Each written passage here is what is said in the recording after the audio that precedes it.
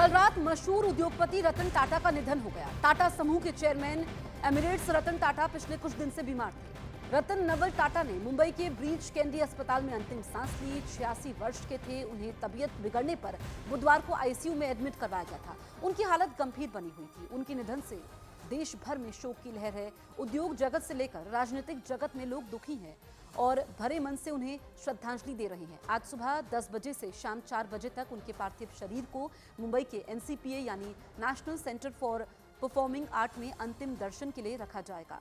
तो 86 वर्ष की आयु में रतन टाटा ने आखिरी सांस ली। कल रात को उनका निधन होता है और पूरे देश में शोक की लहर है। रतन टाटा एक ऐसे उद्योगपति थे जो किसी पहचान के मोहताज नहीं रहे। 21 साल की उम्र में उन्होंने टाटा समूह के चेयरमैन की जिम्मेदारी संभाली और उसके बाद टाटा समूह को नई ऊंचाइयों पर ले गए। राष्ट्र निर्माण में उनकी अहम भूमिका रही और वो युवाओं के बीच में काफ़ी लोकप्रिय थे। उनके रोल मॉडल थे। एक मार्गदर्शक के तौर पर उन्होंने बड़ी भूमिका निभाई। विवेक गुप्ता हमारे सहयोगी हमारे साथ लाइव मौजूद हैं। विवेक, कल रात को रतन टाटा ने अंतिम सांस ली। अभी उनका पार्थिव शरीर कहां पर है और कब आम लोग दर्शन कर पाएंगे? जसमें देखिए, रतन टाटा जी की तबीयत पिछले कुछ दिनों से काफ़ी ज़्यादा ख़राब चल रही थी। उनका इलाज पिछले 3 दिनों से मुंबई के ब्रिच कैंडी अस्पताल में चल रहा था। सोमवार को उनको एडमिट कराया गया था। उस समय भी खबरें आई थी कि उनकी जो तबीयत है बहुत ज़्यादा ख़राब है। लेकिन कल रात तकरीबन 11 बजे ये ऑफिशियली डिक्लेयर हुआ कि रतन टाटा जी की मृत्यु हो चुकी है और वो 86 साल के थे।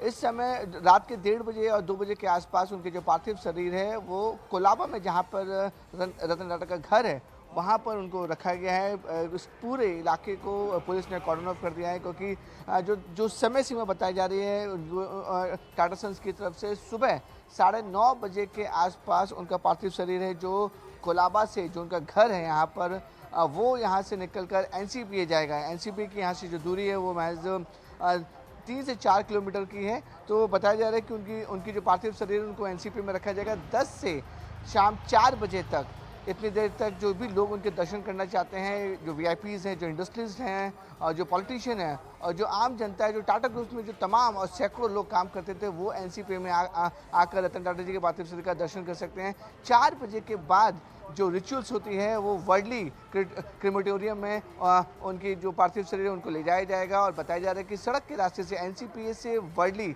लंबा रास्ता है कि तकरीबन 6 से 7 किलोमीटर का ये रास्ता है। वहाँ से बाई रास्ते के जरिए पूरा जो कॉन्वॉय साथ चलेगा वो वर्डली क्रेमेटोरियम में होगा। वहाँ पर उनका अंतिम संस्कार किया जाएगा। और बताया जा रहा है कि कल देर रात जब ये जैसी खबरें आई कि रतन टाटा जी की मृत्यु हो चुकी है, उसके बाद तमाम इंडस्ट्रीज, जो बड़े बिजनेसमैन है, वो वहाँ पर हॉस्पिटल में पहुँचे थे। महाराष्ट्र के सीएम एकनाथ शिंदे वहाँ पे पहुँचे थे।